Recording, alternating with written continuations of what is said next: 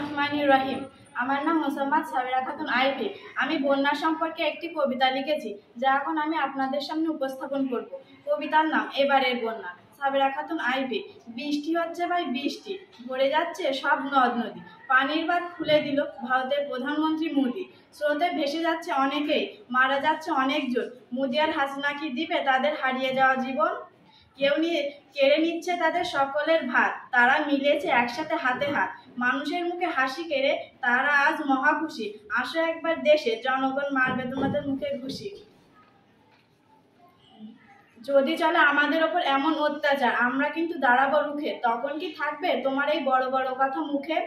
তোমরা পাবে না কোনোদিন ছাড়, যেদিন হবে তোমাদের অপকর্মের বিচার। যারা যাচ্ছে ভেসে বন্যায়, তাদের কি ছিল আদেও কোনো অন্যায়? তাদের উপর এই অত্যাচার কেন হচ্ছে বলতে পারো কেউ? বন্যা নিচ্ছে সবই কেড়ে ঘরের মাঝে ঢেউ। হাসিনা আছে মহা আনন্দে, পাবে না সে সার হাসরের ময়দানে। ছোট থেকে শুনে এসেছি তোমার নামে প্রশংসা, এখন দেখছি তুমি করছো আমাদের সাথে হিংসা। মরতে হবে সবাইকে একদিন, ভেবে দেখো হাসিনা তুমি সারাদিন।